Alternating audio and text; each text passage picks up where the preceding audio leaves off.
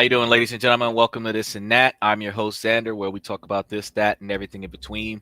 And as promised, one of our special guests today is going to be Crestify Studios. Ken is going to be telling, nope, not Ken. Help me Alan, out. Alan is going to be yes. helping us out. Ken is on tomorrow, guys. Alan is going to be helping us out today with telling us everything about Crestify Studios. So before we get started, Crestify Studios is more than just a tool or platform. It's a creative partner that helps bring your unique visions to life through innovative tools and resources. So what we want to do today is we want to have Alan take the time to express to you guys some of his vision, why he's with Crestify, his journey and path, and then also be able to give you guys a little bit of insight onto some of the things that he has done with helping companies become big. Which, might I add, just foreshadowing, if you guys remember when we were talking about the Happy Oli dog treats, because of the dogs that we have on the podcast in the last couple of weeks, he actually set up Happy Oli. So let's really dig into this. Alan, what do you got for us? Thanks for introduction, Xander. Hey everybody, it's Alan. Nice to see everyone. I'm the founder of Crestify Studio. We're a B2B marketing agency. We help people build product. We start from branding, creating a logo, brands. Now we can do design, graphic design. We can design your packaging, your branding, your graphic. Now we can build your website. We even produce packaging and manufacture them as well. So anything paper we can print, we can design, we can print and produce them. So folding carton, printed box, cards, flyer, we can do them all. Wow. So Questfy Studio aim to be like an all-in-one partner for any founder who try to build a product. So like Xander was saying, Happy Ollie is actually also my brand. I have two companies. The company is called More Value Brands, where I build my own brand, and where Happy Ollie is my one of my flagship brand. I basically built a brand for my dog Ollie. So a single ingredient freeze dried Oh, treats. that's your dog, Ollie. Yeah, yes. So yes. Ah, So yeah, that we was got a lot actually to me talk you about were today. talking to me, Xander, too. Yeah. We got a lot to talk about then, because I got two dogs here. I've got one Yes. Buttercup and one Cane. Uh, Cane like the pumpkin treats, because they're freeze dried treats and they're really awesome. They last a very long time, even if you forget to close the package.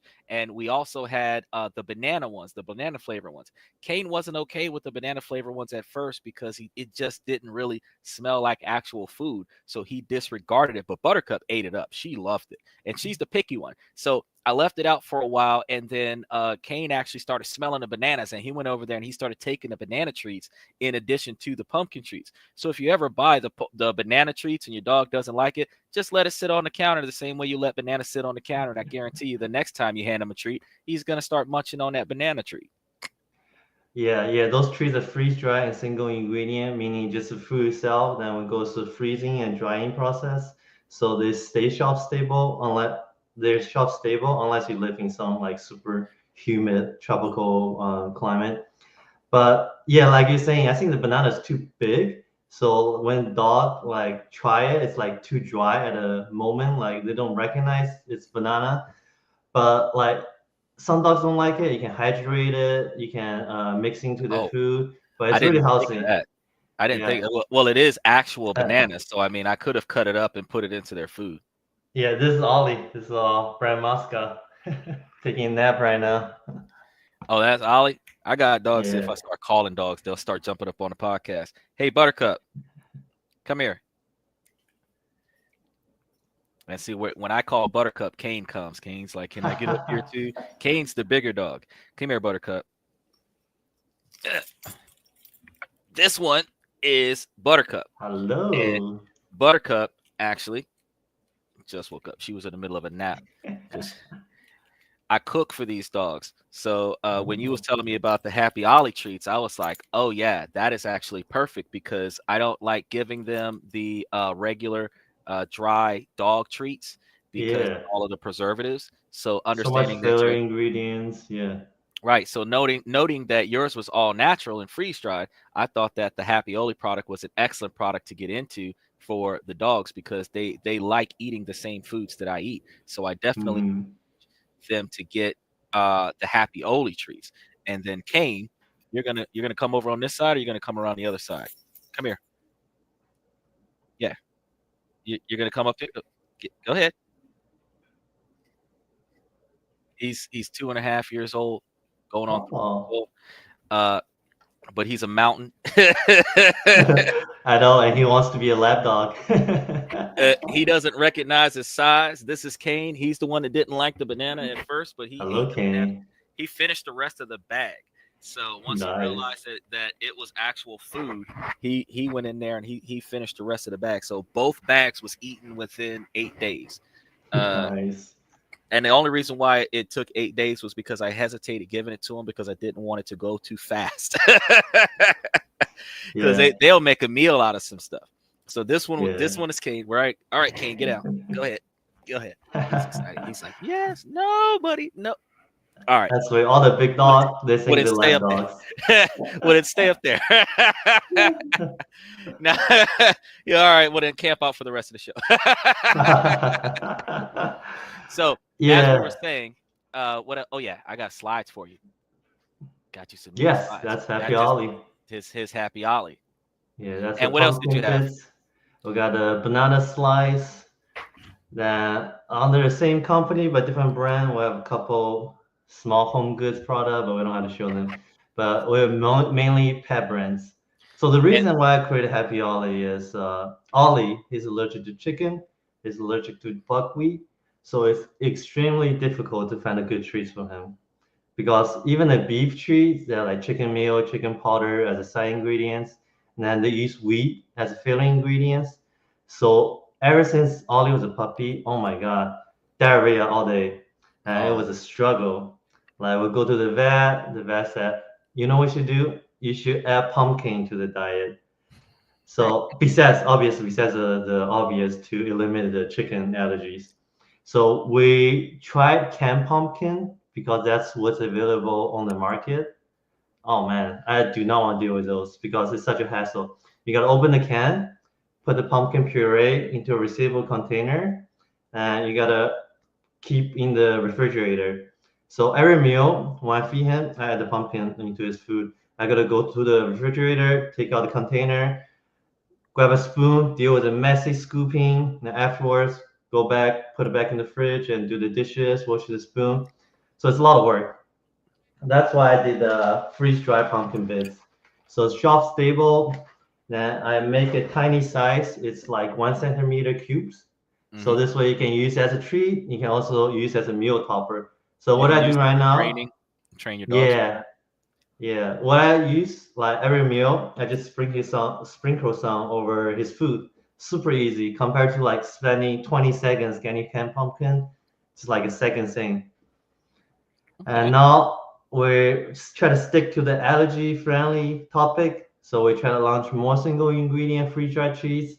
We recently launched the banana slice.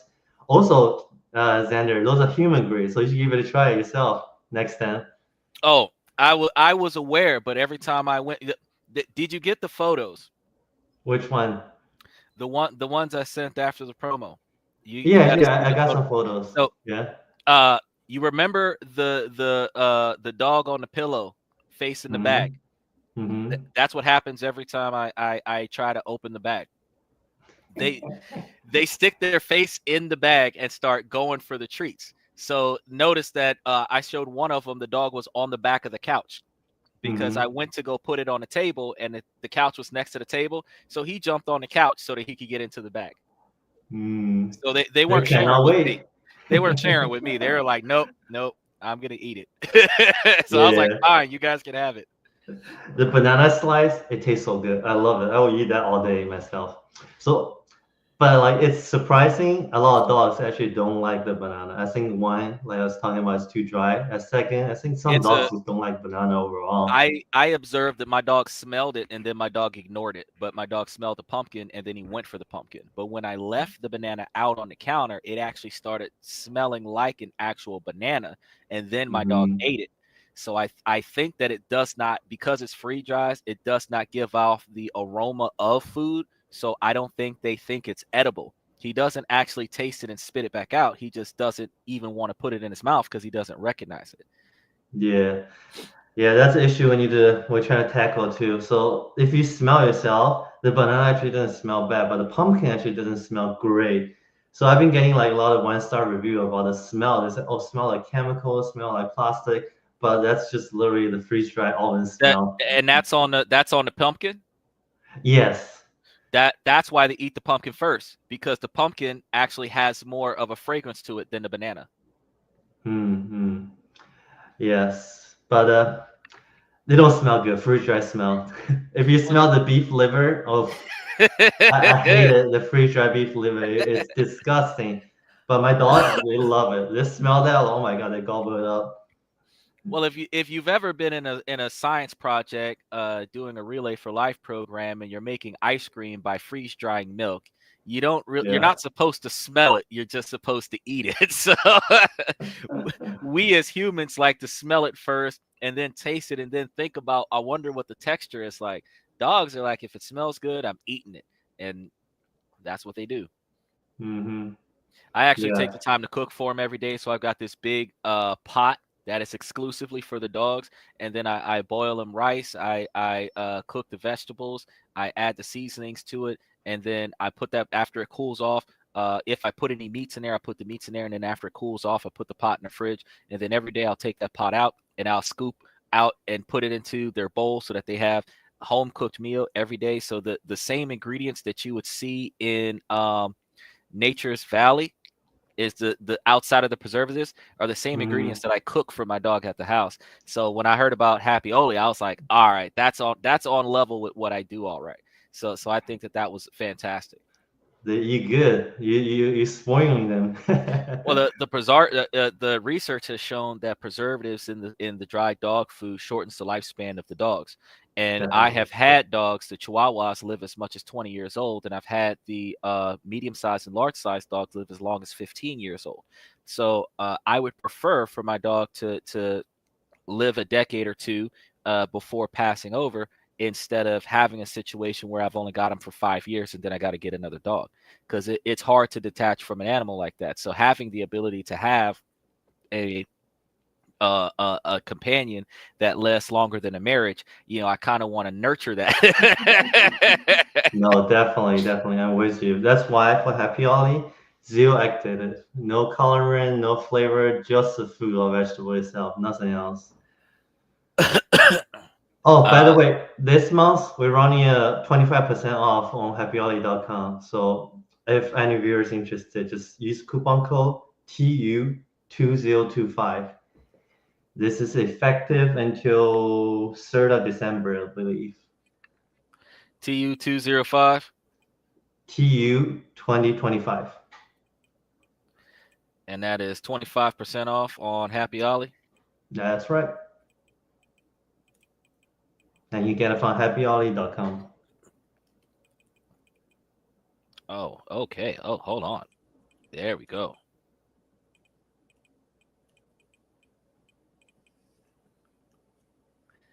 Yeah, so this is why I create Happy Ollie. It's Damn. a problem my own dog have. I have a solution. I figure other people will appreciate it and need it as well. And everything we done for Happy Ollie, the graphic, the packaging design, the manufacture of the packaging, the branding, the website, all done by The Crestify Studio. Instagram page, they got a lot of stuff going on. Yes, yes. We do social media, we do UGC. We can handle everything from starting a brand, launching the brand, and ongoing marketing the brands. So one of the other projects that you have is this one here. Uh, Yes. I don't know if you can see it. I know we got a little bitty screen here. Brainwave, yes. Yeah. We did Uh, a packaging artwork for them. so did you did this website? No, no, not the website. We did the packaging artwork. So that's just the product that they're shipping out. Yes, yes. So we designed the artwork, and on the screen, the other one was a solar company website. That one we did the website. Ah, okay. Actually, So yeah, we're still working with them, try to adding new features. We're gonna build it like a interactive design tool for the website as well. Oh, you actually have an interactive design. Did you do the website for uh Tubby? Yeah, we help Topsy. So Topsy will help with everything. We help with packaging, artwork design, doing the graphic of the packaging. Then we actually manufacture the printed box. And if you go to the product page, oh, this is a slide, never mind. But if you go to the website topsytime.com, you see the product page. You can see the printed box we design and we actually manufacture this box. Now, Let me see. obviously, we also build the whole website.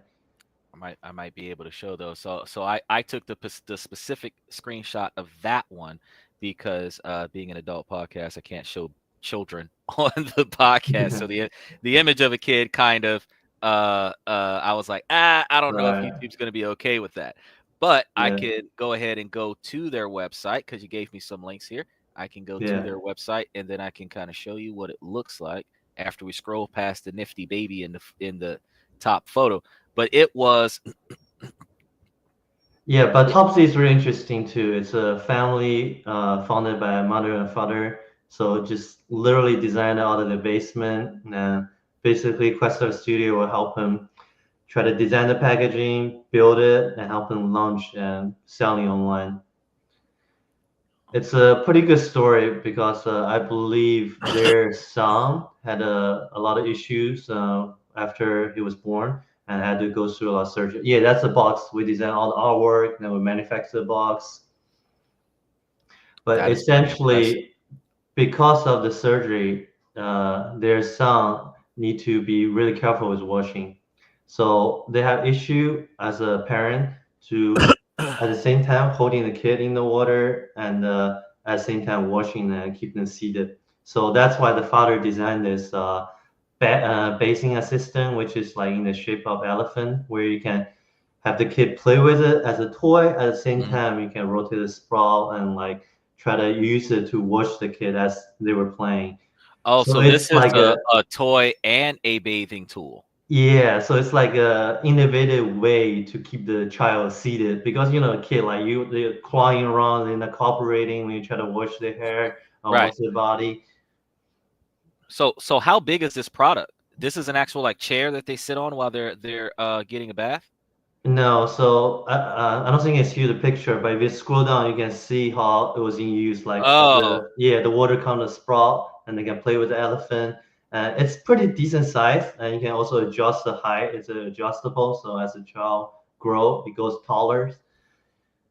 Oh, so you can extend the legs to make the elephant taller so that it can still pour the water on the child? Yeah, you can flip the sprout to wash the hair like a salon. They lean back and wash the hair.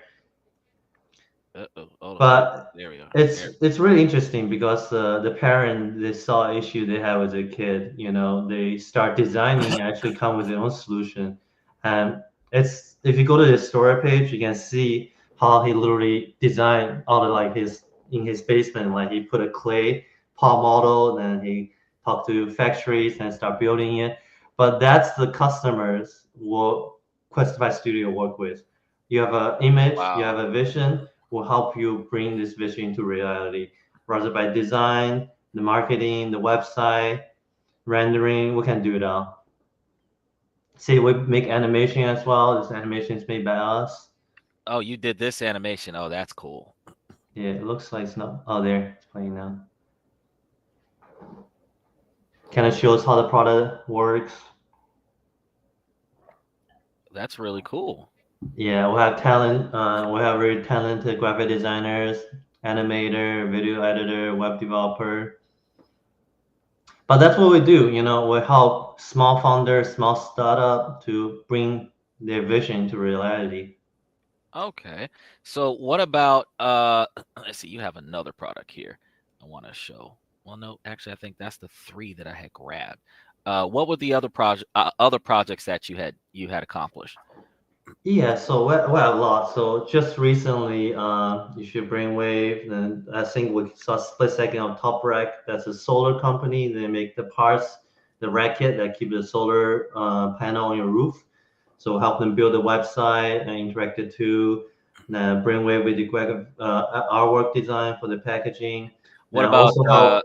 Banana Boat and Hawaii Tropic and Ah, Wheaton? yes. So that's actually what my background is. My background is in packaging development. So I went to Michigan State, which is like the best school for packaging designs.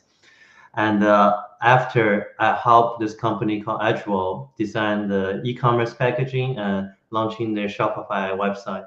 So there, you might not know the name Edgewell, but you probably know the brand Banana Bowl, Hawaiian Tropical, Shake Razor, Cremo, Playtex. They all belong under the company.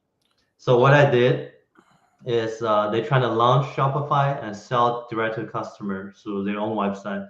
I design all the e-commerce packaging.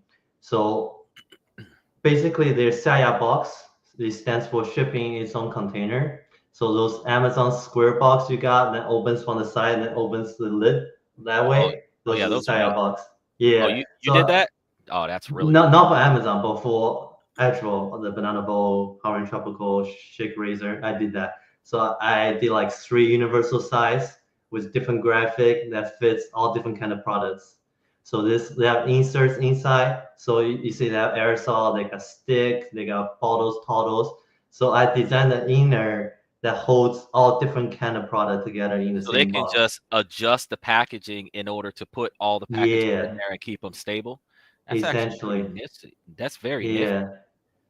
So I did all that for I think five brand. I helped them launch for the e-commerce. Shake Razor, Krimo, which is like a men's hair care, barber beard care, and the Banana Bowl, Hawaiian Tropical.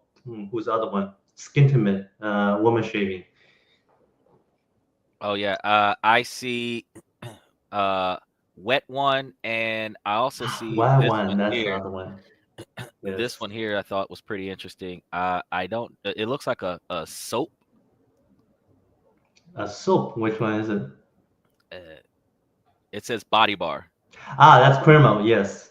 So this is like a barber grade men's skincare. So they do, Oh, beard this is for care. men skincare. So, ladies Yeah. and gentlemen, we've got an 85% male podcast. So, fellas, if All y'all trying to get right. some stuff to help keep your skin looking good, shaving, getting rid of all of the acne and blemishes that you have after razor shaving, here you go. You got you some Cremo. Yeah, if you need razor, you got Shink. Oh yeah, oh yeah. I see the Yeah, razor right there for 14.99. Look at that. These yeah, are the razor. That's the razor refills. yeah. So those supposed to be barber grade because like you go to your barber shop, they have really good hair beard product. So they try to go to the same quality, but everyday customer can purchase them. It actually is very good to have a product such as that because when you're dealing with the Bic razor, it has the metal Hmm. flake shavings that comes off into the skin when you're trying to do a shave, even if it's a dry shave, and then that Yeah. metal flake gets under the skin and it causes you to break out after you shave. Oof. So you'll have a smooth shave, and typically not even a shadow off of the Bic razor. But the problem is you'll start breaking out where you shaved. So now you've got bumps all over your face that it can turn into pimples, that can turn into black marks on your face where the irritation under the infected area starts discoloring your skin. Now, one I've had those terrible experiences from time to time. They call it sensitive skin, but really it is that your pores are so open that the metal shavings can get into your pores and then develop an infection, which leads to the blemishes. So Hmm. I started using clippers to shave with, if not a straight razor, because Hmm. clippers do not have metal flake. So the barber level shaving tool is actually fantastic because that Yeah. will give you the ability to give that razor cut without the metal flake falling off into your skin, which keeps you from having the irritation. So now you have smooth skin, which encourages you to shave more. So I think that's actually a very good way to go with Yeah. managing product. And you did packaging with these guys, or did you help Yes, I with the did website? packaging for them. I did packaging design for them. So I remember, I think that maybe 3 years ago, I also helped them launch a glass razor. Not that the blade is still metal, but the body's glass. I think the whole concept was it's recycled from like a beer bottle. So it's like those amber green handles. They might be Uh-huh. on there. I think it was Cremo. Let's see. Let me I'll Google it see it. real quick. Oh, you go into the Cremo. search bar. Look at that. You got. Glass. Glass What do you razor. think of?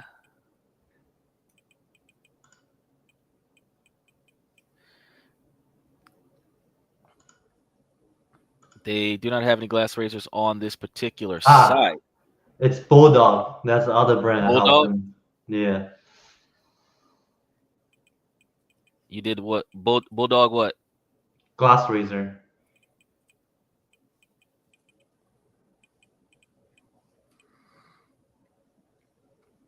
We'll see if we can find. Yeah, the green handle one there.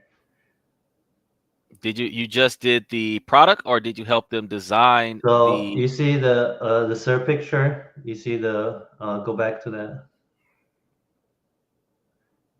So I designed the paper packaging for those, like the product, like how they call secondary and tertiary packaging, which is packaging and content the actual product, and then the packaging used to ship. Wow, that actually is pretty good. Yeah, this is pretty cool because you recognize the green, right? Because they Yeah, recycled from beer glass bottle. that's a Heineken bottle. Yeah, yeah, exactly. Oh wow. So Yeah. they repackage or not repackage, they recycle beer bottles, turn them into razors, and you guys were able to emphasize that heavily on the imagery of this packaging. This is actually really good work. Hmm. This is really good work. So Yeah. you guys do a lot of website design, package design, uh, product endorsements. What else do you guys do? We recently helping. There's a brand we're helping with right now. Actually, they're in the pre-order phase. We also did website for them. It's called Daio, DAIO. So as the founder, he used to be like a brand director from Coca-Cola. So now he's launching his own sparkling water brand. So that's one of the recent projects we're working on right now. So if you into, you want to try some new drinks, sparkling water, that's also a brand you can try. It's pre-order. I think they're almost ready to start shipping. So the You website is drinkdale.com, I think. drinkdale.com. Yeah, DAIO. Let's see, drink. Oh, I forgot the D. Drinkdale.com. Yeah, really beautiful website, but I think we still have fixing a couple of things. I think we're trying to fix the animation right now. So actually, maybe not fully presentable yet. So they got but they have an active website though that you Yes, guys have started working on. yes, Uh, uh, we're almost there. oh, Yeah. oh, yeah, yeah. You've got the background there. You've got the background. I'm gonna show you what they've got so far, guys. So that the it's in the beta phase. So keep in mind that it's not the finished product, but they've already got the website up and going, and that actually looks really nice. And Yes. this is the motion picture that I seen in the Tubsy. And I Mhm. when I seen it, I had immediately clicked away because it was showing a kid in the bathtub, and I was like, I don't want to. Automatic, I was like, I don't want to. But then Don't when I worry. seen that the kids are appropriately dressed, I was like, okay, okay. Yeah, Uh, they because swimsuit. You're not gonna get in trouble. yeah, well, it's a live Yeah. podcast. YouTube is fickle. YouTube is a little bit more liberal than TikTok because TikTok would have turned me off by now. YouTube, not Mm. so much so. Twitter would have been like, yeah, run it, run it, run it. I don't care what it is. First Amendment right to run it. And so, I get different responses from different platforms. So as soon as I seen the baby's head in the bathtub in the water, I was like, nope. But it was actually moving just like this in the background, where it was showing the product as you see that the product is in the tub with the kid. So this one is showing the drink bottle, and that's actually a pretty awesome design. Ladies and gentlemen, I can tell you, you're not going to get this quality from Wix.com making it yourself. So Yeah, we did a this is lot of very custom work close. for them. We have a in the full website. There's a bottle that spins as you scroll down the page, and the text goes down. It's really nice, smooth animation, but all customly done. A lot of custom work for this one. So this is the background so far, and they don't. So the rest of the site is still in the mix. So that's why it Yeah, says something's coming. So they have not shown you guys everything else. But I'm going to put the podcast name in there. When stuff starts happening, you guys will be able to see. Ah, look at that. Ah, it's nothing. I see. Look at that. There is way more to it than what we thought. So once you Yes. put your email into the first demo product, it takes you directly to the main website. Now you can see that you get your free shipping on 2 cases or more. It's showing you more innovative imagery. That was actually a pretty nifty transition right there. And now Yeah, you've we got try a to fix this up. Yeah, this is not done yet. you made this bottle spin. Yeah, but it's supposed to spin as you scroll, so we're trying to fix it, figure it out right now. Oh, but it's spinning, and I you are know, scrolling. but But see that yeah, so the thing is that as you scroll down, the words are popping up left and right, but you can't yeah, tell that the screen is scrolling down. So you see the pop-ups as you scroll down, yeah. and It's then you get to the supposed bottom the of the bottle page. is supposed to rotate as you scroll. So like the moment you stop scrolling, it's supposed to start rotating. But we're trying to figure it Ah, out. Yeah, we so just why do did you a want new it to stop? rendering. Why do you want it to stop rotating as you scroll? It's just a more better user experience. It's like you're in control of the bottle. You can see 360 and you Ah, can so see you want whichever them to side. be able to manipulate the Yeah, bottle while they're scrolling. exactly. Yes. Okay, now that's actually a fantastic idea. That way they can Yeah. kind of get a look at it. They can see the back of it, read the ingredients, because everybody who's health conscious wants to see the nutrients package, the nutrients listings. Look for those GMOs, those MSGs, and you guys have the different tabs down here that you can go for pre-order. So you said that they're almost ready to start shipping, so you can do pre-orders right now. Yep. And what else you guys got going on? You've got all of their different links and websites. They got their story up here, clickable link. So it's a functional link, guys. If you guys want to come and check this out, you can see the work of Crestify. You can actually come to this website that they are still working on, and you can kind of see that as a founder, they're helping out those of us that have trouble getting help. So if the price has got to be affordable, That's so what we this is do. fantastic. This is fantastic. Yeah. So besides the consumer industry, I also have a lot of experience in terms of packaging for cosmetic. So I think it was last year or the year before, L'Oreal launched their infallible powder series. So I Uh-huh. designed the packaging label for all that series. So we got Yes. infallible blush, we got infallible foundation, infallible bronzer. I did the label work for them all. We got a Oh clear wow. front label, back temper evidence label, so people can tell if someone's opened it yet. Yeah. And Oh, so really, how does that work? so basically, I design a label to make sure it fits. Use the right adhesive, right material, so this way the because the temper evidence label you need to peel it off. So when you open it, it tears. So if it's you see it's tear, you can tell someone opened it. Okay. So at the same time, I need to work with like the manufacturer to make sure the label apply evenly.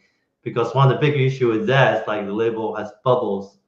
Because it's clear label, you can see Hmm. through it. If there's bubbles, like imagine putting screen protector on your iPhone and there's like bubbles in there, it There's looks bubbles on it. horrible. Yeah, so I had to work with the So manufacturer this to one fix was that one of too. yours, the Yeah, so that's stable a cocoa powder. yeah, that's a Maybelline Super Stay. We also did a label for them, so that's a temporary then back label. Too bad this picture you can't see it, but you can see a little tail in the front. That's a temporary evidence that links to the Yeah, back to the whole panel. you could we can get there, right there. Yeah. So that So goes all the way to the back of the yeah, product. So when that is torn, the product has been opened. yes. So in the Okay. back, it become like a whole circle because the whole back panel is labeled. So yeah, there you go. Yeah. So it's They're connected showing to up the with that. temporary evidence. It's clear, but so you can't really see it. But on the bottom, it wraps around. That's actually pretty cool. Yeah, and it's like a micro perf, so it's like tiny dots, so you can easily tear open when you're actually ready to use the product. Oh, that's actually even better. So that means it's not it still gives you the ability to promo the product without interfering with the ability to open a product. That's actually very intuitive. So you Yeah, guys put a exactly. lot of thought into how not only how to promote the product, but also how to make the product friendly for the user. So I got one Definitely. here, and I kind of want to see what did you do for this product. Yeah, let's see it. What we got here? Ah, lime crime.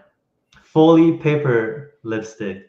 So you know No, how sustainability. Oh, I guess it's not fully. The lipstick no. is lipstick. There's a mechanism in there, but the you case said you said fully paper lipstick. So fully lipstick paper used to be packaging. wax.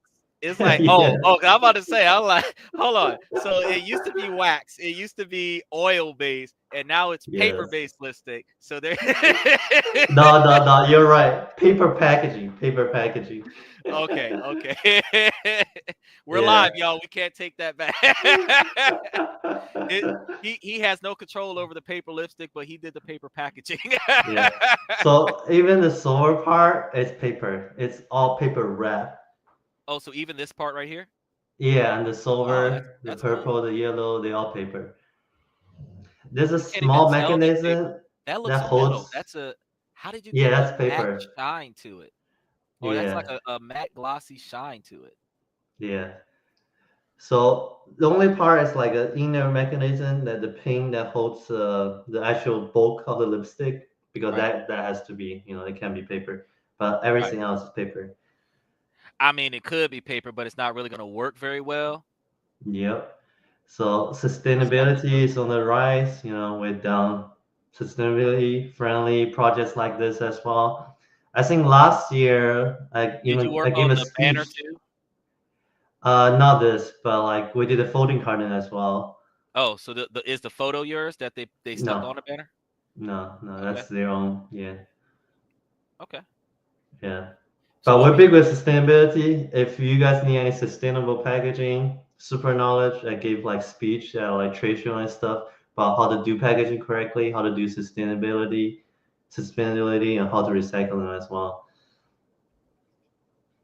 That's actually very good. So what made you create a company like this? So it honestly it started with Happy Ollie. It was so difficult to get this launch because I didn't have the resource. Like being a founder by myself, I don't have a huge team like those companies does, right? Uh-huh. I had to talk to like 10, 20 freelancers. And you want to do my logo design, and you want to create the animation of based off all these pictures, and you want to do packaging artwork, and you want to build my website. So I was thinking, I really have this demand for other founder. They must have this issue too. So Right. what if I can create a company that you only need to talk to one person who can solve all those problems you have when you launch the product?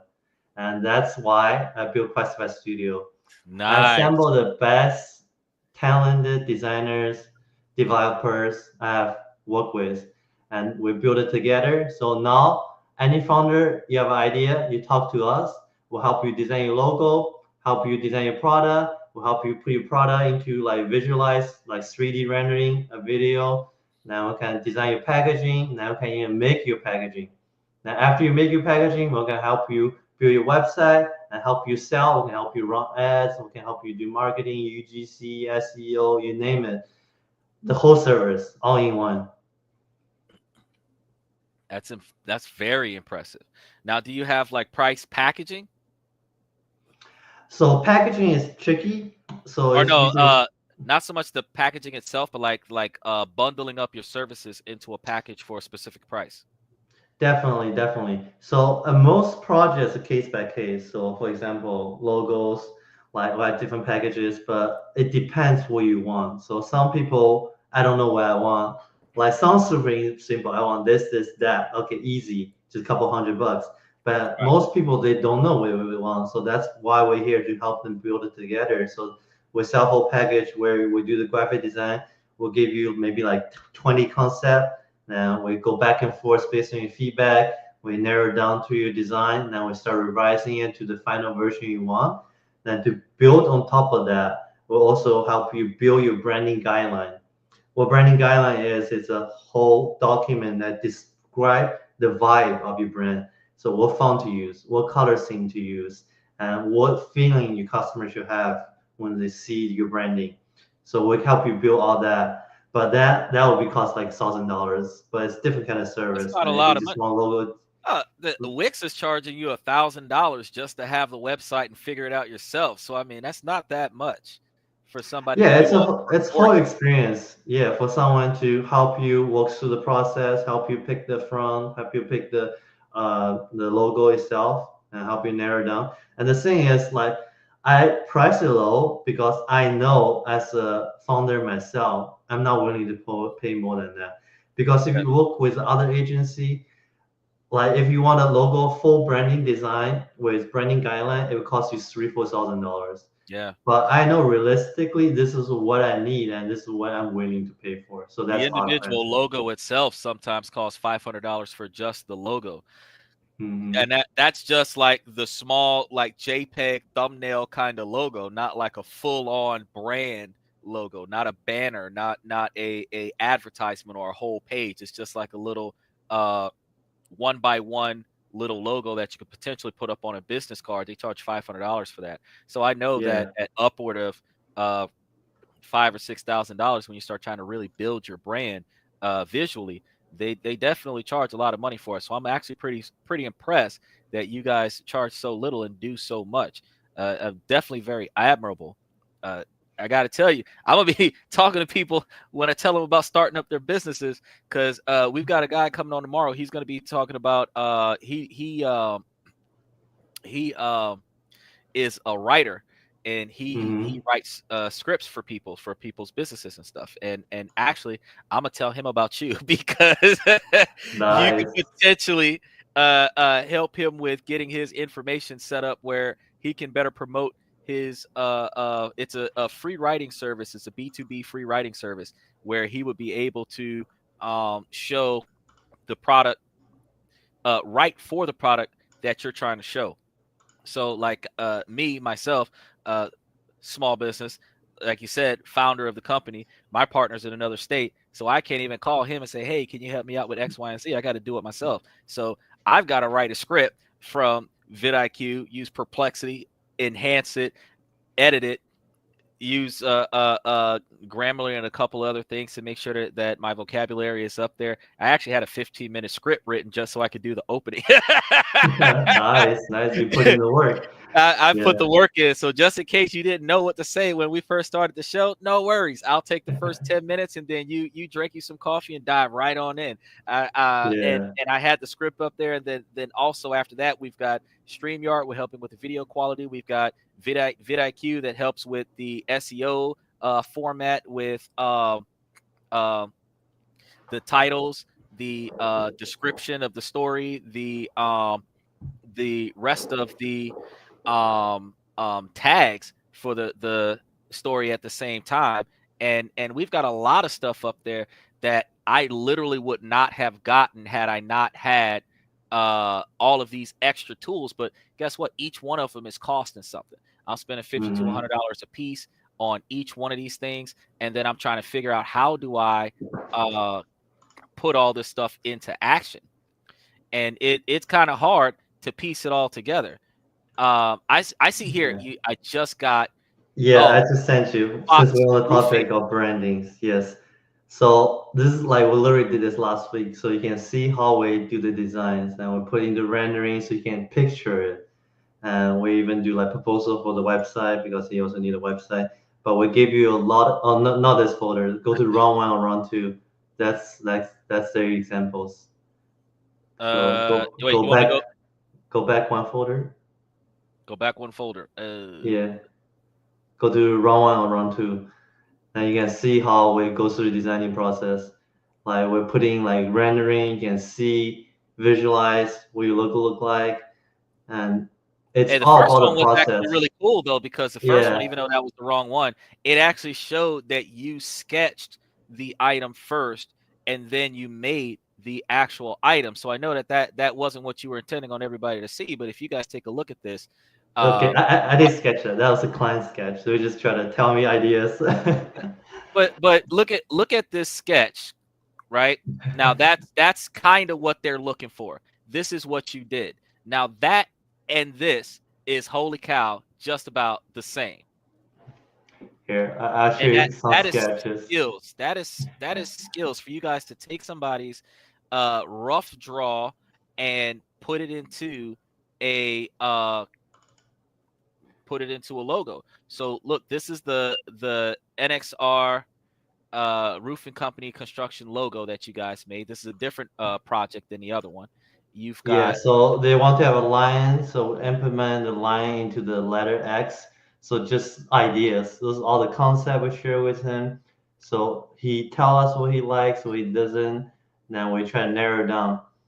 Then we do sketches. I just sent you a new link. Those are the sketches logos we do, hand drawing ones.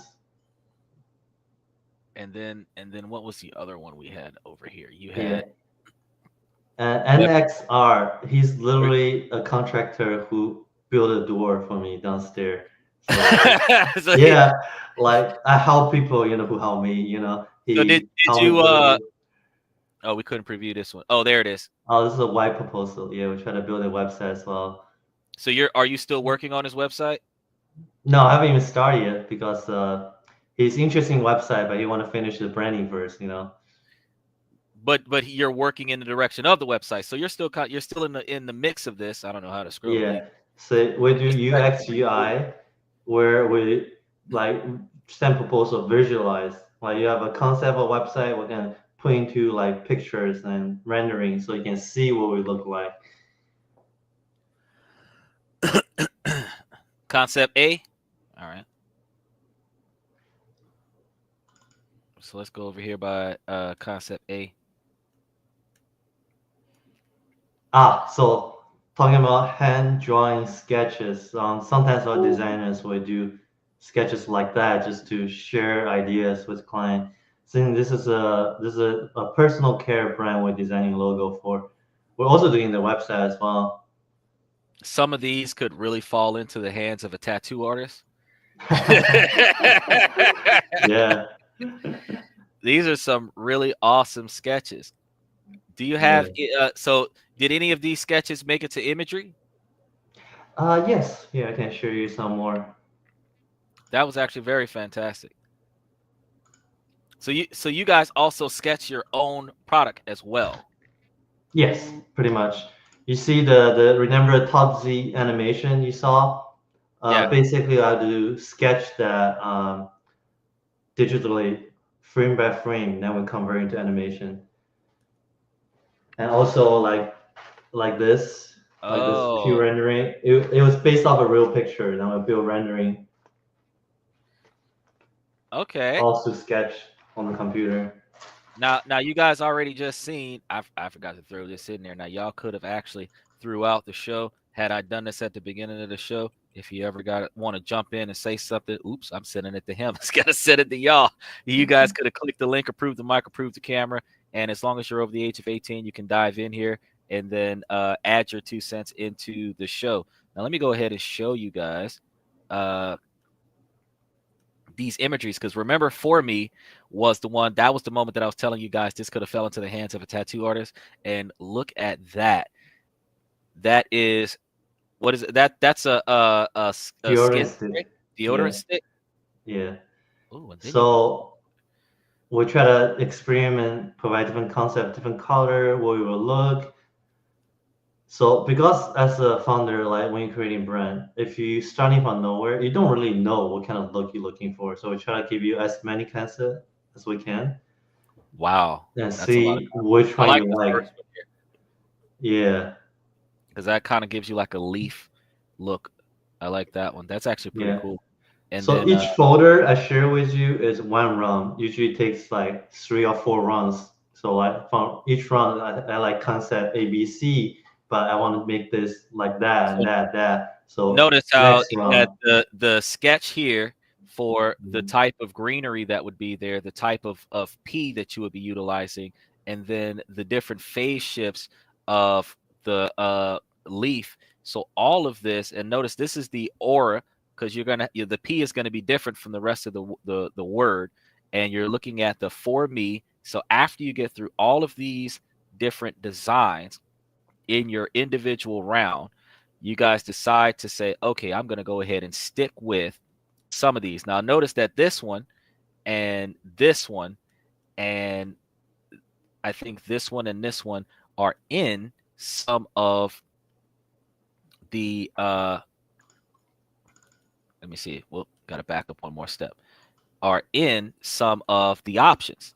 See, you got the for me, you've got the for me boxed out, the flower that he drew on the backside, the for me, remember the P that looked like a leaf.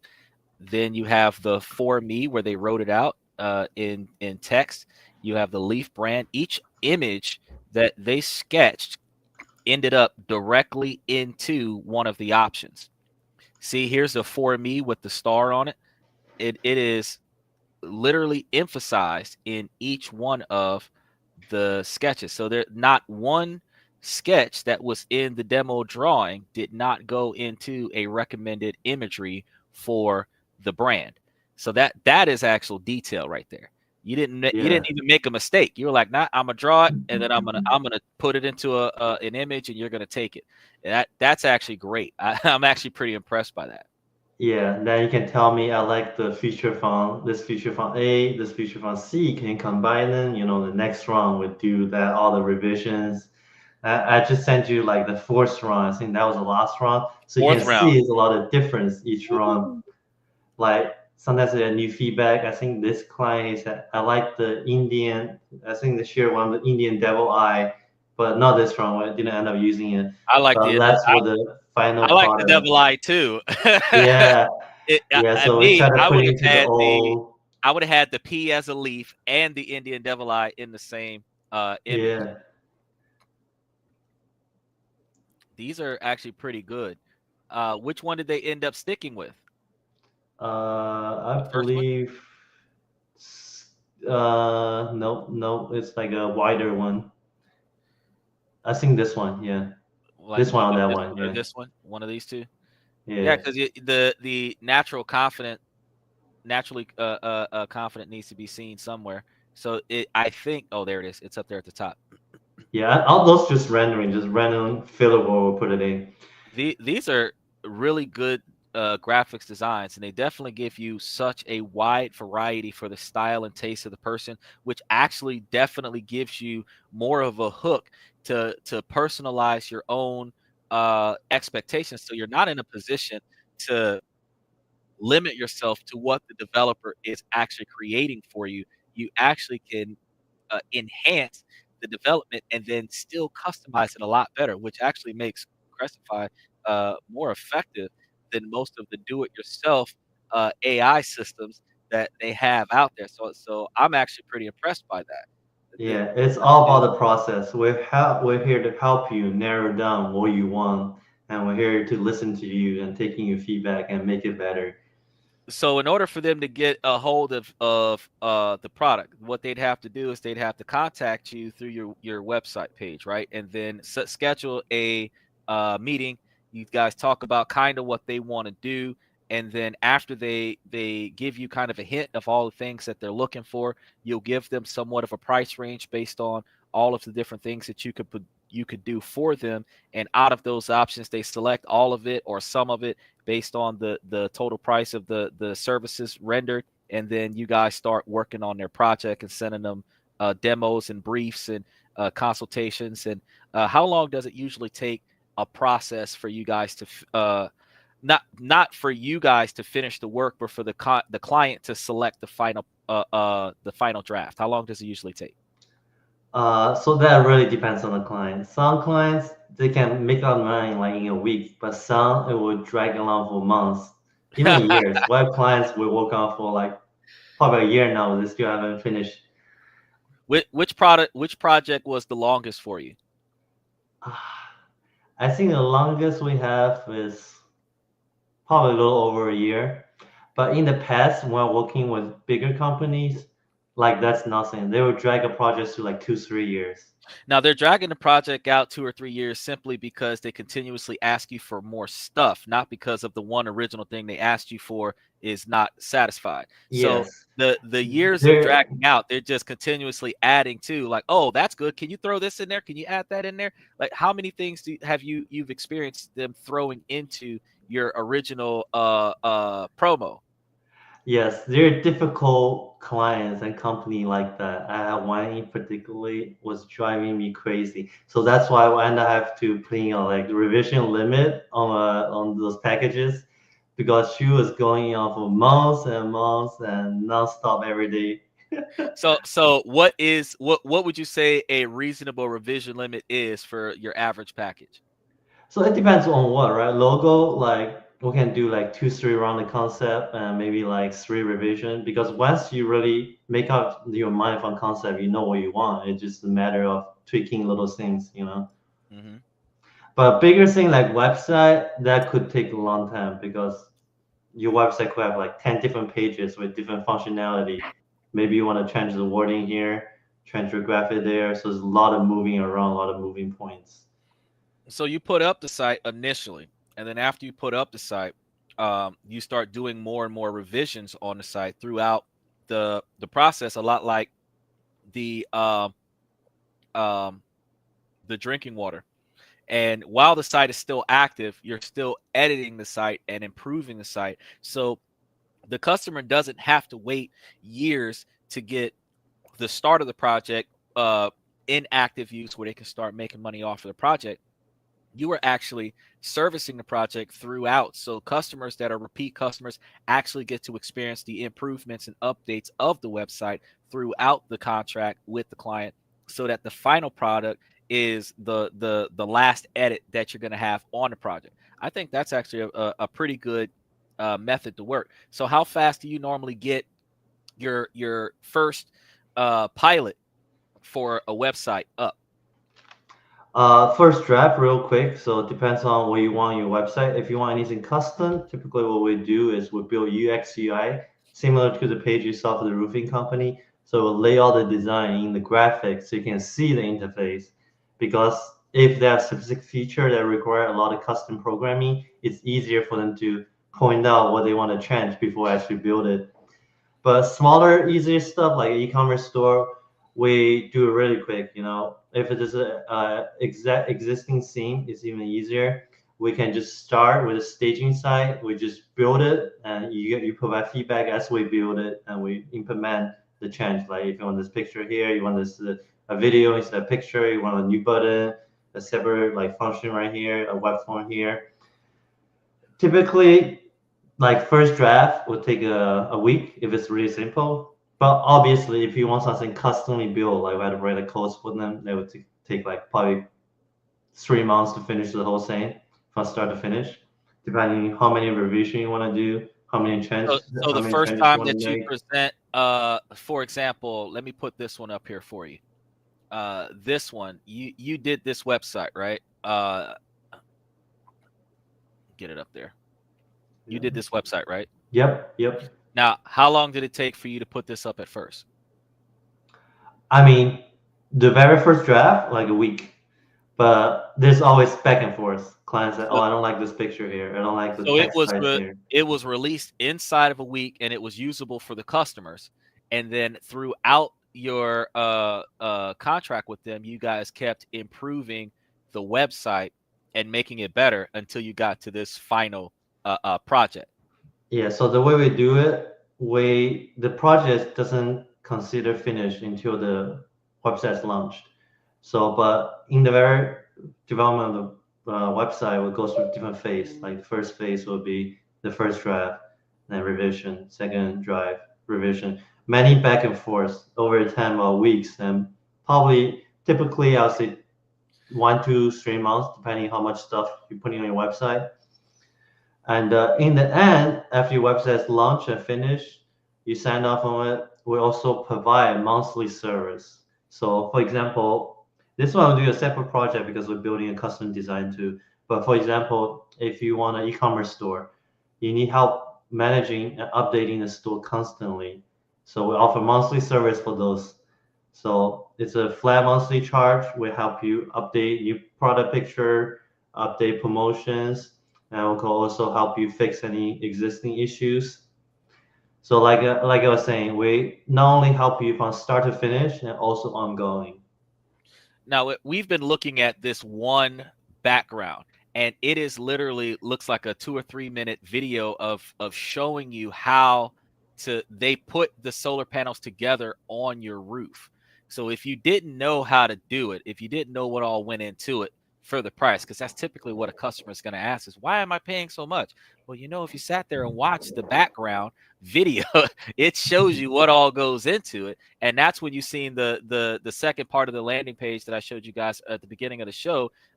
This gentleman's the rest of his website, and he actually has more than just that. He actually has the products page where you have the comparisons. Each specific products. Yep. It takes you to the different products, but most websites just have pages like this where you look at it and you kind of read some stuff, and you just kind of hope. And sometimes you have a video like this one, but you don't always have that video. So when I look at this particular type of website, and then I go back and I look at that main page where I can sit there and I can watch the graphics build the roof for me, as I'm sitting there looking at the screen. And these are interactive tabs. I got to tell you that is actually fantastic. I myself have a degree in computer technology and can't do all of that, so I'm actually pretty impressed. See, this picture is a fantastic picture, but it doesn't do justice comparison to the opening video. Let's go back to the opening video. The guy on the roof putting together the solar panel is eye-catching. But this background that you got, how long did it take you guys to make this background? Not that long, actually. Not that long. And you put all of the moving images in there. Yes, we can do video editing as well. So let's say you have a product, you have footage, you want us to, put it together as a how to. For example, we did one for Top Z, like how to assemble the product with instruction line by line for each action. We can put it into a video for you as well. We can do renderings. So you have a 3D product, we can put it into 3D perspective. For example, the bottle can spin. If you have the Top Z elephant, you can see 360. Mm-hmm. And this is and notice how like this is all one background, and there's no breaks. There are no glitches or flickering or anything to that effect. It's not flashing over to another image. There's no you don't have a bunch of different transitions to something completely different. It's literally showing you step by step. And this part right here, ladies and gentlemen, would actually be the picture of the roofer putting the last drill on the solar panel. So you can see this backdrop actually shows way more than just that one photo could ever. A picture gives you 1,000 words, but a motion picture like this gives you a whole story. Now you know what they're doing on your roof for half a day, because that takes a lot of work.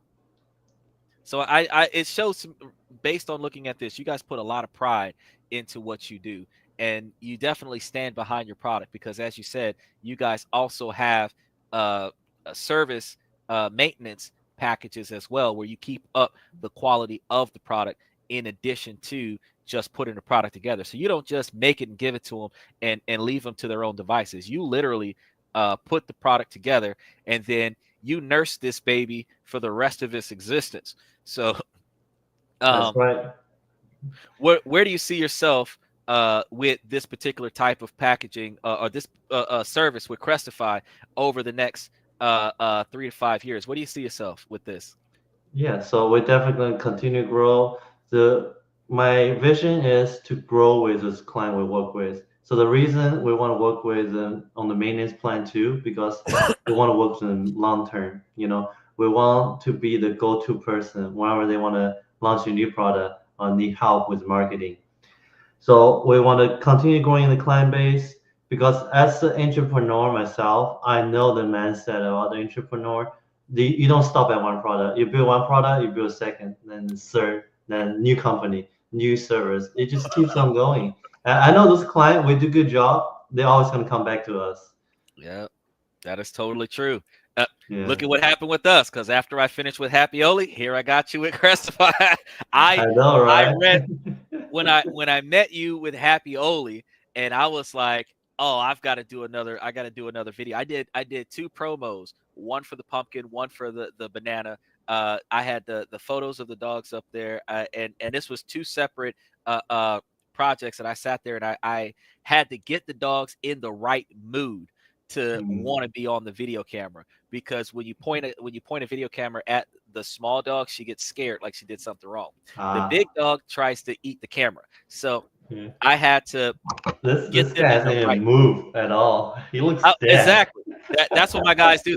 They Yeah. lounge around until they realize that it's time to go. And that's the other thing. I have two registered service animals. So if I start moving too much, they think we're Mm. leaving. So now they're heading out to go to the door. And I'm like, no, no, no, you got to pay attention to the food. So when I first got the Happy Oli product, I can tell you, Kane, the big one, he actually knew that he got mail. So Mm. he met the mailman at the door and he followed the package through the house until I Nice. opened the package and showed him that there were two packages. And he thought they were both for him, but I'm like, no, you got to share with Buttercup. And then he kind of like got depressed and went and sat down somewhere. And then when I started opening them up, I'm trying to do the individuals, and I had Kane trying to get into the video with Buttercup. But then when I got the one for Buttercup, Kane didn't want to get into the one with Buttercup because it was the banana flavor. So I was like, all right, instead of me trying to do pumpkin with Buttercup, I'm gonna do pumpkin with Kane and do banana with Buttercup because Kane's not into the banana right now. So he got Nice. out of the shot with the once he realized I'm throwing banana down, he's like, nope, y'all have that one. And then when I came with the pumpkin, he's like, no, I'm in on the pumpkin. And I thought that was so awesome. Yeah. And actually in those photos, the dogs have their own bed, they have their own blankets, and that pillow is the dog's pillow. So it's not just a nifty pillow that says reserved for the dogs. The dogs literally have their own personal spaces on the couches, chairs, and in the car. So that pillow is specifically for the dogs. So the dog sat on the That's pillow sweet. and Yeah. ate the snacks. And I haven't found too many companies that actually do really nifty dog beds. I know that they have a lot of different dog beds out there, but they're made out of the styrofoam stuff, and it Mm-hmm. doesn't stay comfortable. It is comfortable for the most part when you first get it, but then it kind of goes flat in the middle, and the dogs will jump on my bed before they lay in that dog bed, and then the dog bed becomes a waste of money. So now they've Yeah. got queen size beds, and we're like, you know what? We'll just run a queen size bed scenario because they get under the blanket. So uh, my dogs are very very personal, and they Mm-hmm. really enjoy attention. So with the Happy Oli treats, I thought that it helps them understand how important they are, because with those treats, I'm able to. You should try this. I did some hide and seek stuff. Instead of Ah. just handing it to my dog, I would go into different rooms and I would just start putting treats in certain places and then leave out of the room. And then I'd release the dogs and then they would have to go and find a treat. I would wait until they're asleep and then I would hide a treat somewhere in the house and then they would go and try to find the treat. And my Kane is a tracker, so he does really good at finding stuff. Mm. So he would leave the room to go look for something, then I would pull the treat out of my pocket and hide it under his blanket in the so when he comes back into the room and he goes to get under the blanket, there's a treat under the blanket. So now he's looking under the blanket for stuff. So I Yeah. thought that Happy Oli was a very funny and very fun way to interact with my dogs, because it wasn't just uh giving them a snack. It was like really a way to interact with them and have fun with them and play with them and teach them and really show them that I care about them outside of cuddling with them and holding them and taking them everywhere I go. So I really enjoyed the snacks, and like you said with the branding, is that once you have a satisfied service with them once, you end up coming back multiple times for different projects and different things, because once you become successful with one pilot, it's automated, and then you're going to move on and you're going to create something else and you're going to try to get that automated. And entrepreneurs, not even small business owners, Elon Musk, always building something new. Once he finished fixing something and it gets released to the general public, he's going to get a group of people to work on that, and now he's going to start trying to create something else new, and it's going to keep going. And that's how you make big business. So and That's why I tell everybody that uh ask me to promo a product for them, I always tell them, you also have the opportunity to come up and say everything you want to say about your product because, truth be told, you made this. That's why you're asking me to promo it. You made this. So you're not an employee of the company. You are the company. So I want you to just come up and tell me what you think about your own product and your visions and what leads you to building the company that you're building, because this is how people make small businesses. This is how people go. And it's always an idea that stems from, I'm inconvenienced and I want to Yes, fix a that. problem. Yeah. And I'm gonna that's the niche. I'm inconvenienced and I want to fix that. So now I'm going to create something that is going to help other people so that they don't have to experience what I experience. And then you turn that into a big business. So what I tell people on this podcast all the time is that there's never enough ways for you to become independently successful, and that having you guys up on the show is, it proves the fact that you don't have to work for somebody else. You can start up your own business doing just about anything. You just have to have the passion, the drive, and a good team of people around you to help you become successful, and you will end up with multiple businesses. And I think that that would be a phenomenal thing for people to learn from. So I bring you guys up on the show every time I promo a product. I'm like, hey, get up here and tell us what you did, so that other people will know. Because the most of the seminars that you see, the self-help seminars, they tell you you can be successful. They don't tell you how to get there though. I tell you how to Mm-hmm. get there. And that's why when you looked at my podcast, I told you, I said, just note, we've been talking about business and finance for the last couple of weeks, but we have a dog exclusive channel on here that's specifically about the dogs when the dogs leave the house and go somewhere. We have Oh, nice. health and fitness on here when we are promoting stuff about health and fitness. My co-founder, Mr. Pibbs, that was doing health and fitness, was up here promoting exercise. I'm going to have to take it over for him because he's actually doing two jobs right now, working for a tech company and driving for Uber. So now I've got to do health and fitness. And that led us to promoting the health and fitness products.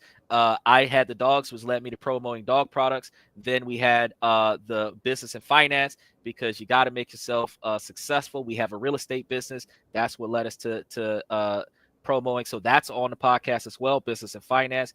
And we typically just roll through everything under the sun. And then we talk about social interactions, politics, ethics, philosophies, and so the podcast is not limited to any one specific topic. But for the past couple of weeks, because Donald Trump has been doing big business, I'm like, man, we got to talk about gold, silver, Bitcoin. We got to talk about because the tax laws are working towards C corporations and LLCs and stuff like that.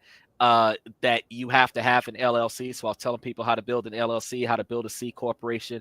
You Mm-hmm. get more brackets, tax credits or tax deductions in your LLC or your C corporation that you're not going to have anymore as a W-2 employee. So I was saying, man, starting up your own business is the way to go with the Republican country we're about to go into. So I'm just like bringing you guys up onto the show on a regular basis. Like, hey, it's being done on a daily basis as we speak. So you can do it too. Just find something that you like to do and then put your heart into it. Because we're Yeah, told from kids that you can be whatever you want to be in life, which is true, as long as you put everything into it, and you don't make any mistakes like bad choices with your friends that would negatively impact your success in it. You can be whatever you want to be in life. What they don't tell you is that what you want to be in life doesn't always pay, and you have to choose between chasing your dreams sometimes and being what you want versus making enough money to support your standard of living. And sometimes people love how much they get paid off of the job that they do, and some people love what they do even though it doesn't pay enough. And some people work two jobs to try to balance doing what they love versus making enough money to support their standard of living. So being able to see entrepreneurs like yourself that's able to do what you love and make enough money to support your standard of living at the same time, it shows a whole nother avenue of, it is possible to do what you love and love what definitely. you do and but it is only possible if you are your own boss. It's not possible if you are somebody else's employee because you are helping them with their dream. You're not Yep. helping yourself with your dream. So, one Yep. more question I have for you. How many people work in your company roughly?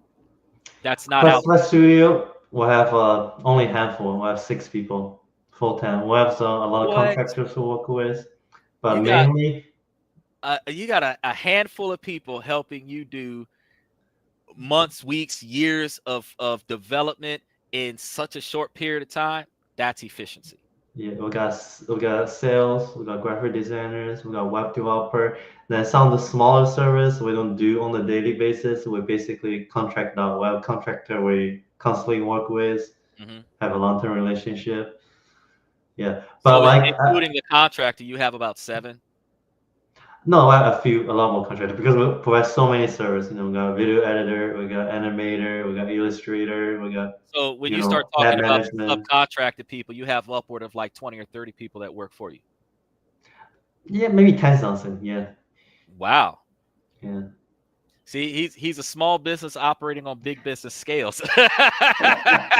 We gotta have the people to do it all. But I couldn't Exactly. agree more to what you're talking about. Like, you gotta build your own brand, you gotta build your own business, and as long as you put in the work and there's a demand, you always work. And find a problem you struggle with and provide solution because you're never alone. There's plenty of other people who face the same problem. And if you have a solution, you can help them as well. And we're here to help you as well if you're a product. Exactly. There you go. I've been Yeah. telling people all the time that there's always got to be another way. And if you've got a complaint, you're not the only person with that complaint. You're just probably the first person willing to do something about it. So taking that Definitely. initiative, it's better if you take the initiative and do something that nobody else is doing than it is for you to do something that everybody else is already successful at, because you have to compete with the history of the legacy of your competitors that are in the same niche. If you're the only Hmm. person providing that service, then there are going to be more people coming to you to get that service than the people who would be coming to you and in competition with the exact same service somewhere else. And that actually makes you a lot more successful. So you making Ollie treats and having Crestify would draw in more people that would be looking for the type of full service experience that they cannot get from other individuals that are limited to a specialty. You guys actually have a multitude of specialties inside of one company, which is fantastic. Whereas other Hmm. people would be trying to compete with that type of skill set by having an individual specialty, and they wouldn't be able to compare prices because their service is exclusive and your service is broadband, and that would it would be harder to compete with that. But if you found a niche where there's a demand there, and nobody's messing with that demand, you can actually corner that particular market. And up until you start having other people trying to do what you do, you're like the only person there, and that actually makes you the one of the better people to go to. And that's one of the reasons why I started doing the podcast, with bringing people up onto the podcast, because as a smaller podcaster, I've got about 17, almost 18,000 followers so far. And with the changes in the algorithm, it is harder to have a small podcast blow up the way they used to blow up 10 years ago, because 10 years ago, nobody Right. had 90 million followers on a 2.5 billion follower platform where they redirect traffic to the top 3%. So the market, the algorithm is being adjusted now so that they can encourage some of the smaller podcasts to um, increase in viewership. And that's where I come in at, because while I talk about this, that, and everything in between, I also take small businesses and small podcasters and say, hey, I'll put you up there and get you some traffic on multiple platforms so that more people will know about you, see about you, and hear about you. And since I'm utilizing Opus Clip to make a lot of shorts videos and highlight videos, every time I do a video about the live podcast that I've done, you start seeing 10, 20, 30, 50 videos over the next 2, 3, 4 months of the last time you were on this show popping up onto the live podcast, where you can say, dang, he's still talking about me in 2025. Like, I have to send him a hello because he's still talking about me in 2025. I haven't talked to him since last year because uh I know that being an entrepreneur myself, it is hard to get off the ground. That is the hardest part. Most businesses do not succeed inside of the first 2 years. You have to overcome the first 2 years. You have to overcome the learning curve. We're not taught this. That's why the most of the podcast has been teaching everybody how it's public knowledge that nobody thinks to look for. And I'm teaching everybody how to find the missing piece between the idea that you have and the financial strategies you can utilize to get to the solution so that you can start up your own business and start trying to piece it together, but you still have that learning curve. And Mm-hmm. the success in a business is limited by two factors: your accessibility in capital at startup and the time that it takes for you to start turning a profit. That's what Mm-hmm. really halts your success. If you need money fast and you're not getting it and you're dumping a bunch of money into the product, you'll abandon it. If you have a stable income, but you don't have enough time to invest in a product, you will abandon the product. So if you are short on funds, or if you are short on time before you turn a profit on your investment, you will abandon the project. And then you have all of these nifty ideas that you had that you just never saw to a profit.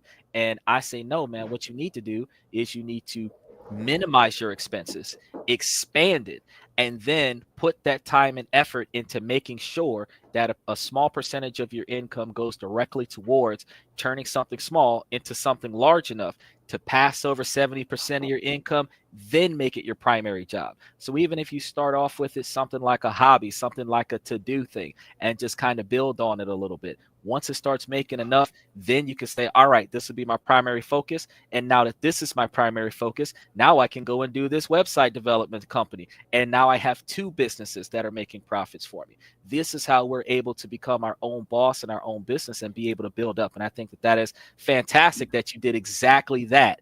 So I got a question for you. How often do you go places, especially places where Ollie products are being sold, and people ask you if that's your dog? A lot actually. So October, I've been going to like pet events like every weekend, and sometimes I bring him, and people love him. They would just stop by and pet him. And a lot of dog events I go to adoption. So a Mhm. lot of people are like, oh, can I adopt him, please? But no, that's my dog. Yes, yes, He is the owner of the company, ma'am. I can't sell the owner of the company. exactly, exactly. This is the Ollie treats. He is Ollie. This is his treats. So you guys Yeah. gotta. But this guy's definitely the best at events because he just draws people in, with those puppy eyes and asking for pets. That's cool. That is really cool. So, Yeah. what is the best experience that you've had with your Ollie treats uh, uh, uh, promotions as well as your Crestify promotions? Uh, Best experience. Recently just finished signing a deal with Chewy. So that's our first big retailer we're taking out. So that's very exciting and definitely a great experience winning over a big contract. I think as an entrepreneur, that's probably one of the best feeling seeing your product success and some bigger contracts, some bigger companies willing to take you on as a partner. It's definitely a big acknowledgement to your work. So with Crestify, getting picked up by a big brand was one of the most exciting things. What about with your Ollie treats? Did you get a large contract to pick up your product in some of the pet stores yet? Yes, yes. So I was talking about Ollie, Happy Ollie. We signed with Chewy, the website, the e-retailer. So So they're studying. are you doing Ollie with Truey, or is Crestify promoting Truey? No, Ollie, Happy Ollie. So basically, we're the brand, so they purchase inventory from us because they're retailers, so they can overcharge and Wow. sell it. Yeah, but yeah, last year I set a New Year's resolution Hmm. for Happy Ollie to onboard three retailers. So I think my resolution was three retailers, Amazon's Choice. I hit Amazon's Choice actually in 2 months, or like Wow. after I set that goal. So that was really good. Then retailers we're on board Chewy, we're on board local vet clinic, local pet store, and I have a couple like other state pet stores. So I already hit on my bucket list, so I'm really happy about that as well. Wow. So you got more stuff out there than Tony Hawk Pro Skater. You're all over the place. That's Yeah, actually doing pretty a cool. lot. But back to your topic when you're talking about building the business, Yes. one thing I'll add is make sure the business is scalable and you can automate it because the most valuable source is time. Me running two companies in the very beginning is extremely headache and stressful. So Yeah. what I want to suggest is when you build the business model, make sure you can scale this. Like let's say you can do pressure wash for driveway. That's fine. It works. But it's still scalable, but you need to hire people. Yep. So that's why I built Happy Ollie. So once I build the product, I can mass manufacture it, and I don't need to pay as much time and attention, even though it's still a lot. But with Crestify Studio, I need to automate the sale process, the project management process. That's why I hire people Hmm. to take over so I can save time on my own side. So make sure what idea you're doing, maybe you're doing like handcraft. But if it's something only you can do, you gotta make sure you gotta figure out some kind of way to scale it, either by taking an apprentice, hire someone. Hmm. So because at the end of the day, once you actually take off, time will be really Yeah. precious. Yeah. They have 3D printers, so unless you're making it out of wood, once you create it, you should be able to use a 3D printer to start mass producing it. I think the mindset of the person, like you said, with scaling up a product, your idea doesn't have to be limited to the fact that if you're the only person that can do it. I think it has to be more to the tune of you have the courage to allow other people to do it too. Um, because like for example, I had a buddy of mine, Mr. Pips, as a matter of fact. Me and him, we had this debate one day. Uh, Yeah. a comic book was being utilized in a movie deal. They offered the comic book artist so many millions of dollars to put the comic book into the movie, but they could manipulate the characters however they Mm, wanted to. And because it wasn't in line with the original backstory of the comic book, the artist wanted exclusive control over how the comic would be projected from the movie deal. And they ended up not doing the deal because they just wanted to pay him for the likeness of their characters and the characters' names and do their yeah. own little like fanfare story time. And the concept creator only wanted the uh, uh, image of these characters to be presented in a specific way. But fact is, just like with DC Comics and Marvel and Mortal Kombat, over the years, the original concept is going to modify itself with every generation. So had he sold off the rights to use his idea in a movie, even if it would have looked completely different from the comic book, he would have gotten millions more recognition towards his comic book from that movie deal. And then when people go back and read the comic book, they say, "Oh, well, the comic is not like the movie." Well, the movie wasn't intended to reflect the comic book. It was just reflecting the story from characters from the comic book, which means that he would have sold a lot more comic books. So the idea is that if you want to scale up a business, you don't want to make it a project that only you are willing to allow yourself to do.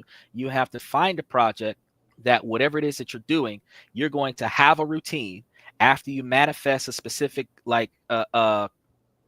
position for that particular routine. You hire somebody, you put them in that spot, they're going to do that. Now you're focusing on something else. Now there's two of you here. You're going to master this particular scenario. You're going to hire somebody, do that spot, and then you're going to keep going. And this ends up building the ground floor of your position.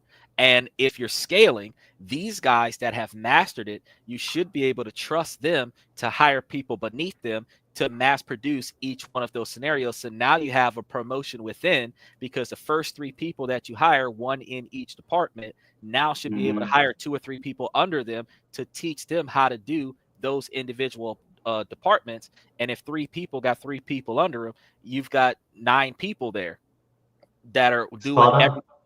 No, you're And doing you 10 times before. Exactly. And you're at the Yeah, top of the pyramid as the pyramid rises. And now you're going to open up a marketing side. And after you master the marketing side, you hire somebody for marketing. And somewhere in there, you're going to hire somebody that's going to be HR to make sure all the employees are behaving. HR is going to handle payroll. Now you can walk away from the business. You don't have to do anything else.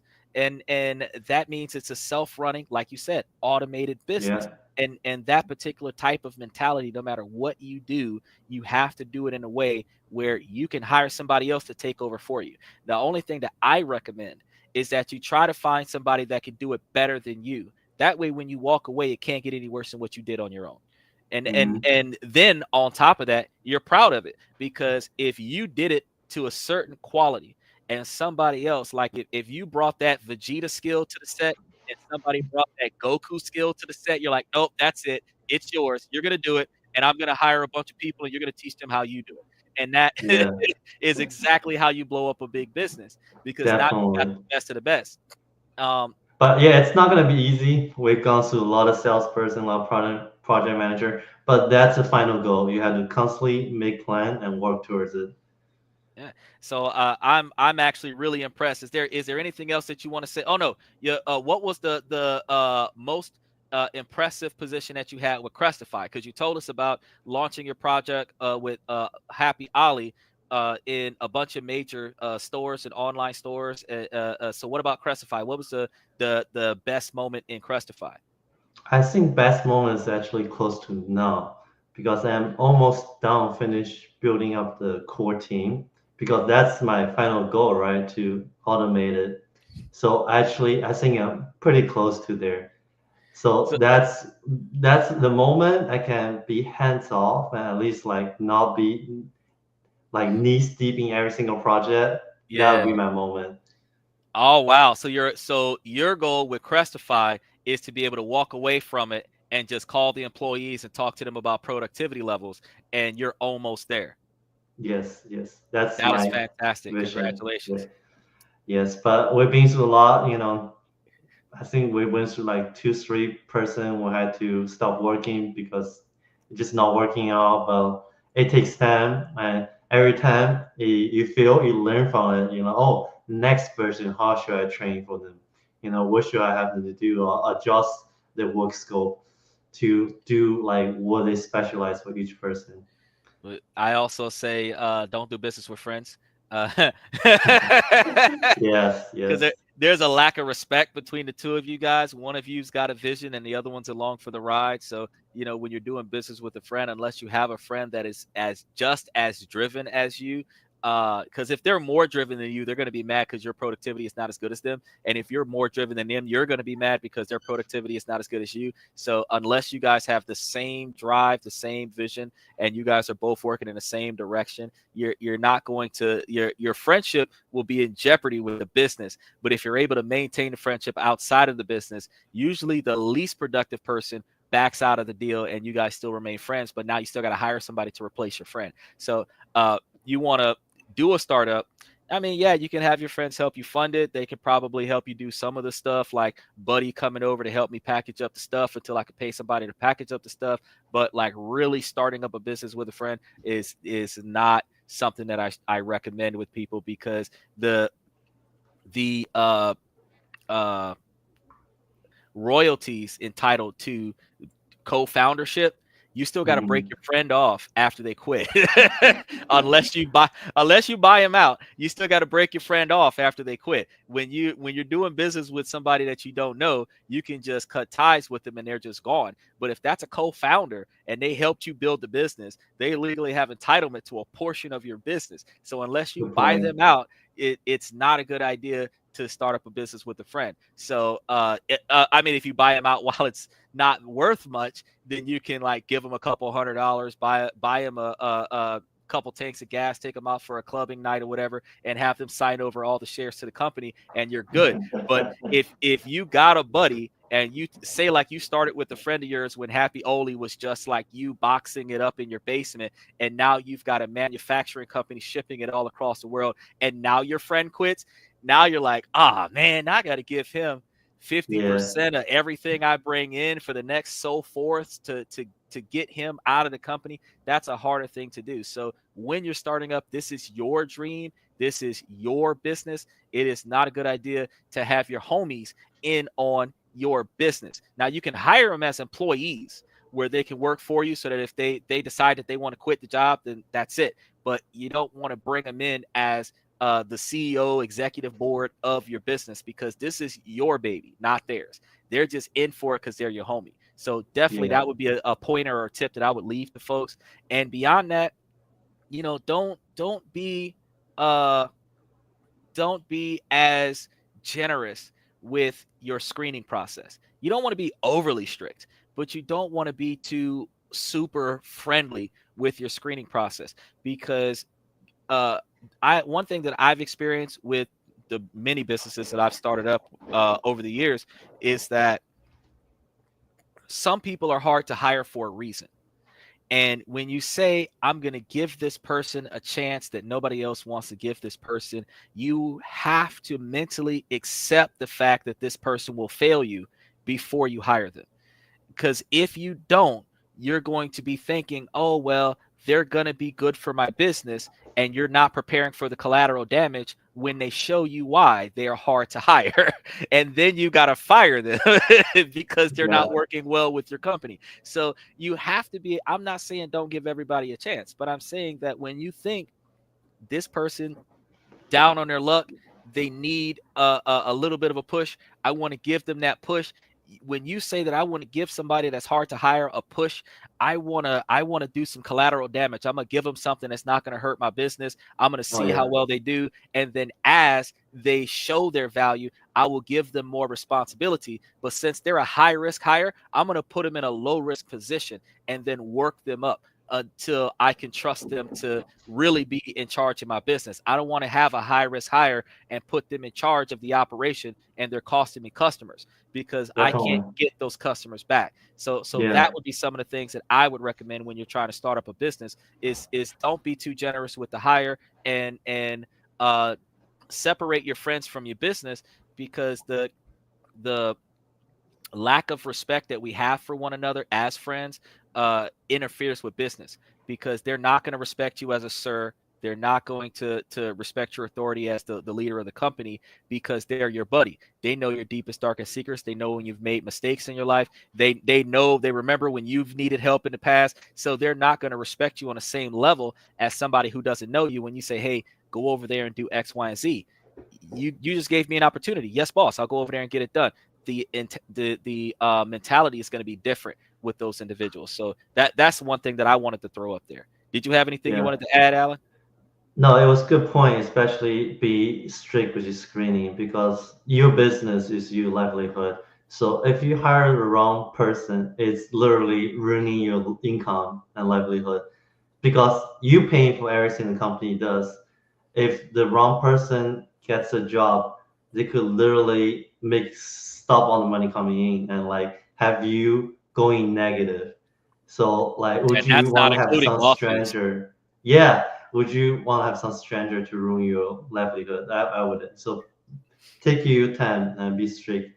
Run your background check, check your reference, and the other thing, I know we talk a lot about automating and scalable, but that's later stage. First stage, you want to make sure to validate the idea, make sure it works in a small scales, because there's no point to talk about all of that if something doesn't work. Right? Oh, that's true. You have to Yeah, be able to make sure that it functions. You have to be able to make sure that you can do it. So I think, would you say time management was one of the hardest things that you had when you first started up both of your companies? definitely. Yes. I start Happy Ollie first, and later on kicking Questify. But when I started Questify, there was definitely a lot going on both sides. So you understood that at least with Happy Ollie, it might have been time consuming, but it wasn't mentally stressful with time when you just had Happy Ollie. But when you recognize the complications of having Happy Ollie and Crestify, you recognize the full magnitude of time management between two separate companies. Yeah, so like Happy Ollie is just my own projects, right? Questify, if we have multiple clients, and knees deep in all their project. It gets a lot of time. Yes, that's why also I want to, automate it, have someone to be as a project manager because otherwise my time is simply not enough. So what happened to your free time when Crestify started getting big? Probably new product. There was no free time. You just stayed. You just lived with the company. I mean, yeah, pretty much, it's 9 p.m., 10 p.m. I'm still talking about the company. It's Yep. still work. I Yep. jump out whenever I can. That's the same. People say quit your job because you're sick on 9 to 5, but do you own company? You're 24/7. That is a fantastic contemplation because I can tell you that I work 18 hours a day, sometimes 20 hours a day. I get 2 to 4 hours of sleep every day, and on my Yeah. day today is my day off, and I'm working on my day off from 7 p.m. Central Time Oof. until 8 a.m. Central Time. Yeah. So But here, as long as you have a goal you're working towards, it feels good working towards it. well, the Yeah, fact and is knowing that you're building this for yourself. exactly. I'm Yeah, highly successful with it, and I'm very proud of the turnout. I'm very proud of the ability to fantastic. engage with new business owners and startup companies. And the fact is that because like yesterday I just had a birthday. I had so many Oh, happy clients on my birthday. birthday. Thank you very much. I had so many clients on my birthday. All of them felt bad because I had only slept for 2 hours in the last Oh 48. And they're no. like, "Oh my God, it's your birthday. You're still working." I'm like, "No, don't worry. I got like 8 more people after you. Don't worry. It's fine. I'm here. You know, I'm making money on my birthday. I'm proud." Some people are spending money on their birthday, having birthday parties and stuff. My dad came over. He's like, "Happy birthday." I'm like, "All right, I'll be out in a minute." And I'm in there uh closing contracts, setting up deals, scheduling stuff for the rest of it. I just booked up Thanksgiving and Christmas Nice, like nice. already. And I'm Yes. thinking, I'm actually happy that I'm overworked because I'm not overworked and underpaid. I'm overworked Yeah, and paid what I'm worth. And I and think you're doing it for yourself. that's a great feeling to have. So even Yeah. though I'm not working at 9 to 5 or that 8 to 4 job like the average W-2 worker, but I'm actually able to say that I'm satisfied with the turnout. And not only is it able to be scalable, it's also able to expand the revenue stream, which allows me to have a lot more financial options and opportunities. So it helps because keep in mind we're relocating because remember before the show we were talking about the internet situation Yeah. in the location that we are.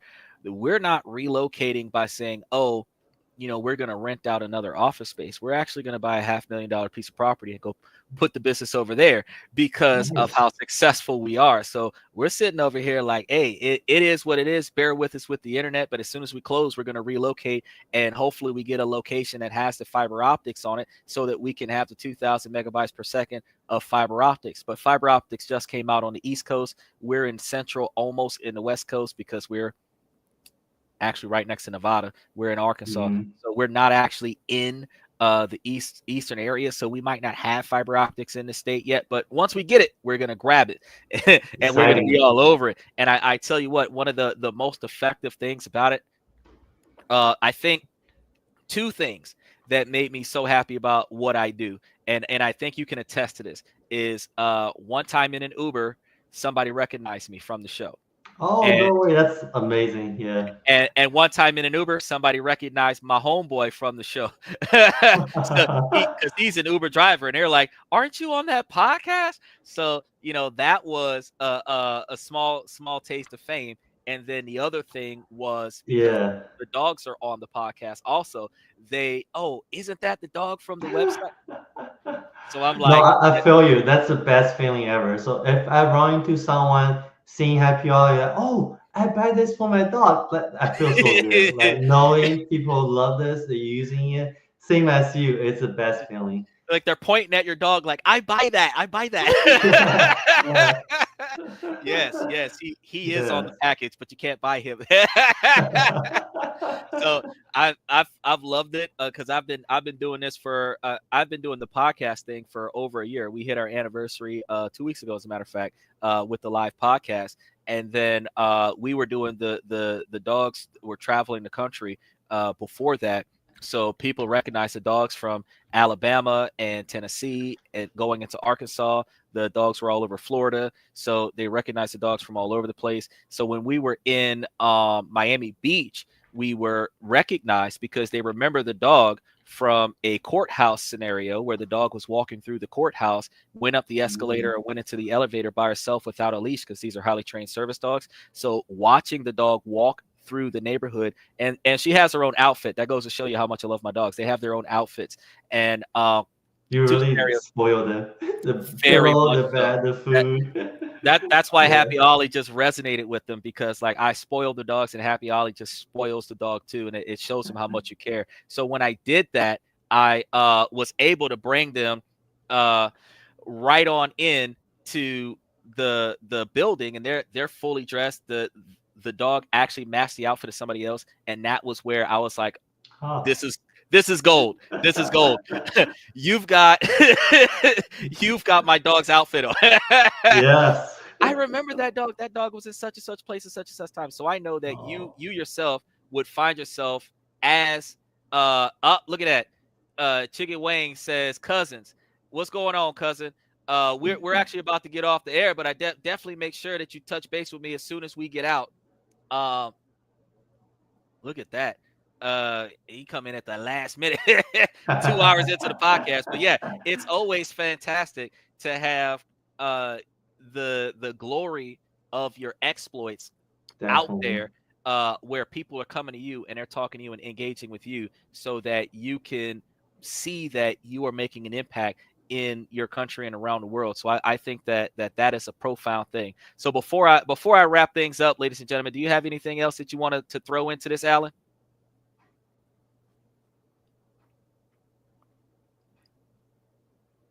Alan, Oh, for do you me? have yeah? No, Do you but have any nothing? All right. Well, no, uh, but I agree though. It's your baby, you built for it. Like when people like it, you're proud of it.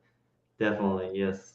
all right. So, Yeah. ladies and gentlemen, I'm going to go ahead and let Alan slide out of here. I really appreciate you guys coming to the podcast tonight. Make sure you stay tuned tomorrow, because that's when we have Ken. He is the content writer that is going to be on the podcast tomorrow. He's going to be helping you guys with creating your scripts and stuff to that effect. So, between Alan and getting your platform set up, getting your brand created, and Ken getting your scripts down and getting your storyline set up, these two gentlemen could piece together the type of business that can help you be a professional blogger on a live website. So just think about the things that you can do and the things that you want to do in life, and come and talk to me on This and That, where we talk about this, that, and everything in between, because you're going to learn something here and you're going to meet some new people, because I love to network. So as we head out of here, ladies, I always tell you guys this all the time, that as long as the situation doesn't make sense, I'm going to keep asking you ladies to make it make sense. So ladies, make it make sense.